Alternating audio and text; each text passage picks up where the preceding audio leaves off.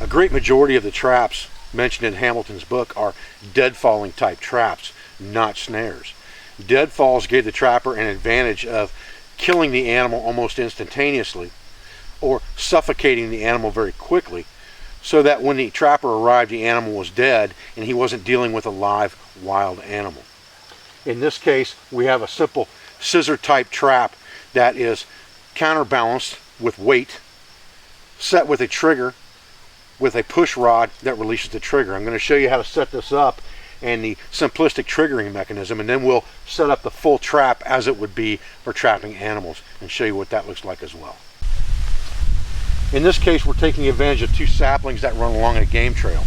We're going to build our trap here and put our cubby behind it so that the animal has to actually leave the game trail to enter the trap. That will keep non-target animals away from our trap. Remember that any deadfalling device that you use as a trap has to be 5 times heavier approximately than the animal you're trying to kill. So if you have a 5-pound possum going into this trap, you're going to have a 25-pound deadfall to kill that animal. Now you can compound your deadfalling device by adding weight to it, and I'll show you that in a minute. What we need to do is we need to put 2 forked sticks in front of these saplings that will give us a channel here for our deadfall to scissor down into, and an anvil at the bottom to trap the animal between. Once we have those main components set, we can then cut a large deadfall, and this is about a 5-foot long green piece of wood, so it's fairly heavy, and we're going to compound the weight of this shortly.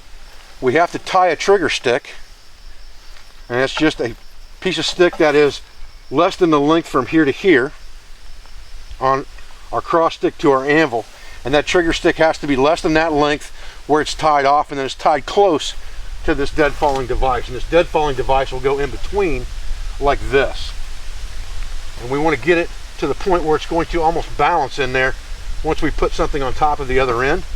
So right now we've got kind of a cavity here that's at an angle, and we're going to put our trigger stick inside here and lift this up at the same time. And some of this stuff can be fairly tedious.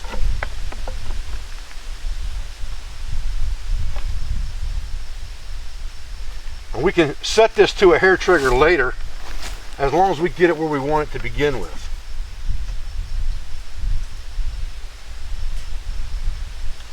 Now what we're going to do is we're going to compound the weight quite a bit by putting more weight on top of the back side of this. Now this is our short end of our deadfall. We're going to take another heavy green log and place it on top of that to counterbalance it, but it'll also add about 6 or 8 pounds of weight.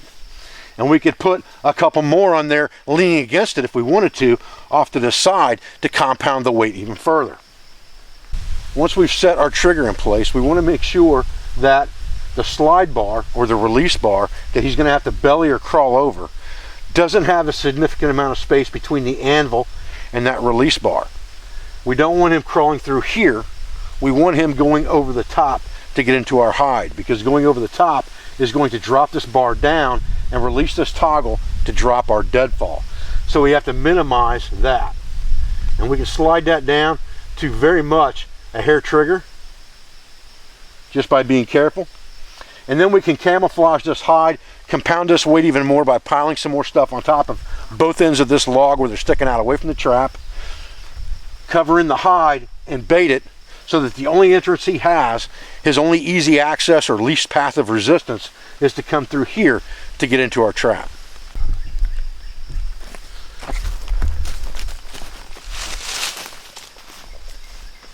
By utilizing more logs out here on our deadfalling device, we compound the weight of this device so that when it falls, it has more crushing power.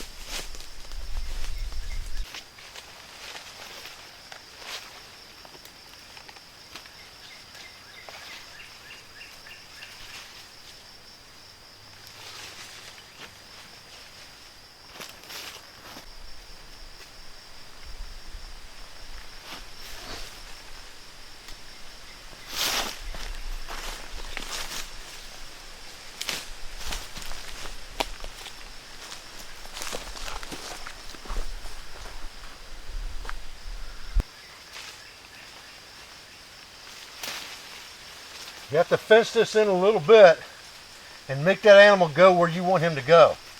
So that means put a few things in here that you know he's not going to want to walk around, and he's going to go in the hole you want him to go in.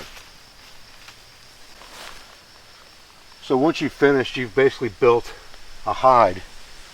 And you'll bait the back of this hide so that the animal has to go up over this triggering stick to get to the bait. You've blocked off the other 3 sides basically of the shelter, and you've built like a miniature debris hut that animal has to enter to get to your bait right off of a game trail that's running parallel here. He swings off of the trail smelling the food, goes into the hide, and sets off the deadfall trap.